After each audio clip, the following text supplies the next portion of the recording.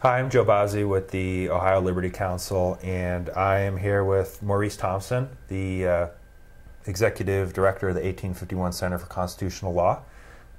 Maurice is, of course, the legal counsel for the Healthcare Freedom Amendment, and he's also drafted the wording of the petition of the amendment. And today we're going to talk a little bit about the rights you have as a petition circulator. Maurice, maybe you could start by giving us just a basic overview of where a person in general is allowed to circulate and not allowed to circulate. Sure, Joe. There are a few general rules to remember, and unfortunately things can sometimes get somewhat specific, but there are a few good general rules. One is a matter of law, and that is that all public property is typically open for circulation. So when we talk about public property, we're talking about property owned by the taxpayers, whether state, federal, or local government.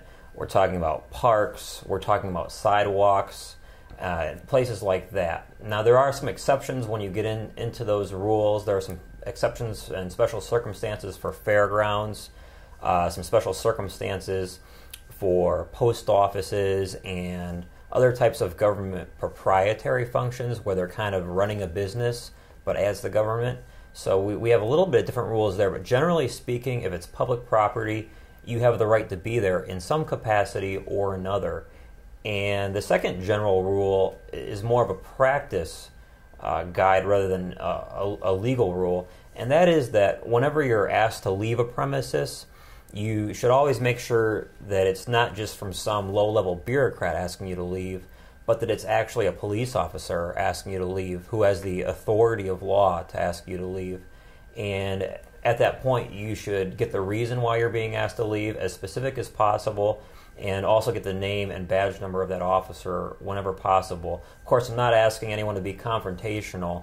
It's just that oftentimes these low-level bureaucrats who control the property will ask people to leave even though there's no legal entitlement for them to do that. So what you sometimes need is for them to actually call an officer who knows the law a little bit better, who can actually clarify the situation and actually force you to leave or not. And at that point, we have a legal recourse if you're actually forced to leave, because that's the point at which your First Amendment rights are chilled. So maybe you could talk a little bit about some of those specific areas that people have been asking questions about. And I know some of them are a little bit vague, some of them are a little bit easier to answer, but what can you tell us about post offices, for example?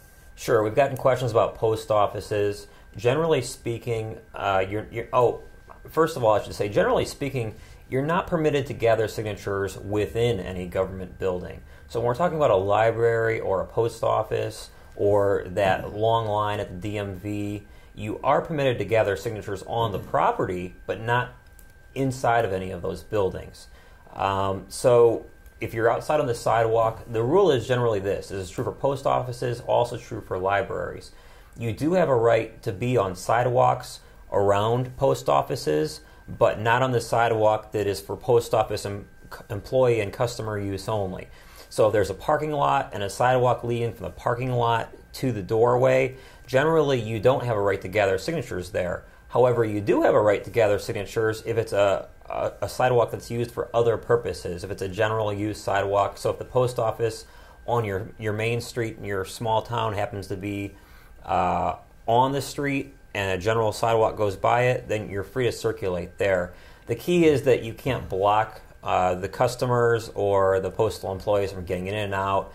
For example, there's a parade and there's a public sidewalk. Would you say if there's a parade going down a public street and you're on a public sidewalk, you are perfectly within your rights to be on that public sidewalk at the parade to circulate there?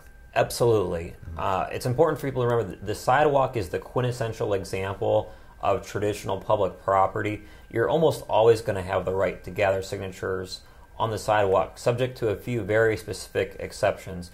You even have the right to gather signatures on sidewalks when it's sometimes private property. For example, the sidewalks surrounding Jacobs Field and the Gateway Complex in Cleveland were held to be public sidewalks for First Amendment purposes, even though they're privately owned by the Gateway Corporation that built Jacobs Field. The same is true of the Nationwide Complex with the arenas and the baseball field at the Huntington Park here in Columbus. And what can you tell us about county fairs? That's something that people are starting to think about now as we're getting closer to fair season. County fairs are an extremely important place from a pragmatic standpoint to gather signatures. There's no reason that a well-organized movement couldn't gather 100,000 signatures amongst the 88 county fairs and, of course, the statewide fair in Ohio. The fairground rules are surprisingly specific. The Supreme Court of the United States has never spoken on the issue, but multiple lower-level courts have held that it is a reasonable time, place, and manner restriction to require people to rent a booth if they want to gather signatures within the fairgrounds and then stay relatively close to that booth. You know, we've all seen the Republican and Democrat tents at county fairs, but they are usually tethered to a booth. And while we're contemplating whether that really is constitutional in the First Amendment to prohibit that signature gathering at county fairs in that way, that's the kind of case that if we did file would take quite some time. We're not going to be able to solve that this summer within the context of the estate tax or the Healthcare Freedom Amendment. So you do have to rent a booth and you stay relatively close to that booth if you're able to do that.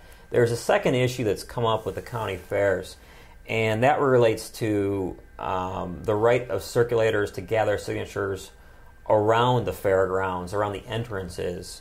And we've seen different policies in writing that have been really surprising to me, indicating that you can't gather signatures within 100 feet of the entrance or 1,000 feet of the entrance. And those are going to be clearly unconstitutional. And we're asking people to send in their examples, send pictures where possible of their particular county fairgrounds, because there's almost always going to be a traditional public sidewalk within 100 feet, maybe even 20 feet of an entrance to a county fair.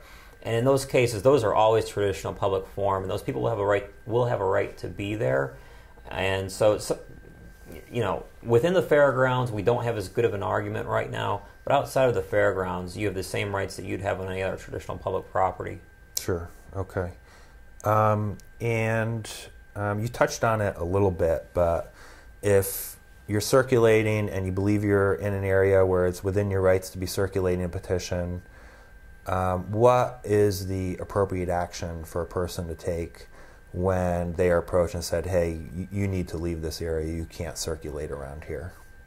Well, it's very important that people, one, not be confrontational, but on the other end, not be sheepish about asserting their First Amendment rights. Because if you are sheepish, you'll be taken advantage of over and over again. And if you multiply that by the number of people out there gathering signatures, that's a lot of signatures left on the table. It's extremely important that you get somebody under the color of law to actually force you to leave the property.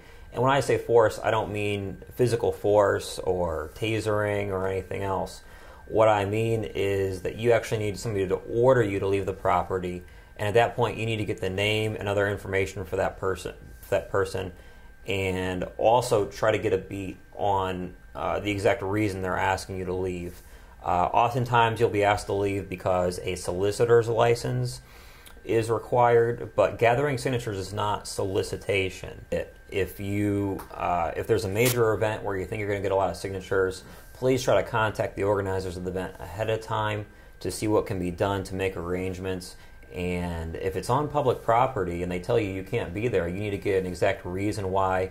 You need to get the law that applies or the policy that applies, and you need to get it in writing and then get it over to an attorney, either to myself or to one of the other lawyers who works on these issues. And at that point, we can write them a letter and inform them that you have the right to be there, or maybe even file a lawsuit and get a temporary restraining order if possible. But we can't do that if we don't have something in writing. What we can't have is you just call me and tell me that somebody else said that you don't have a right to be there. We need something a little bit more specific than that in order to really act upon it. So if people are able to assert their rights ahead of time over the phone, through email, and get somebody on paper, then we've got a much better case for making sure we can get you into that venue. Okay.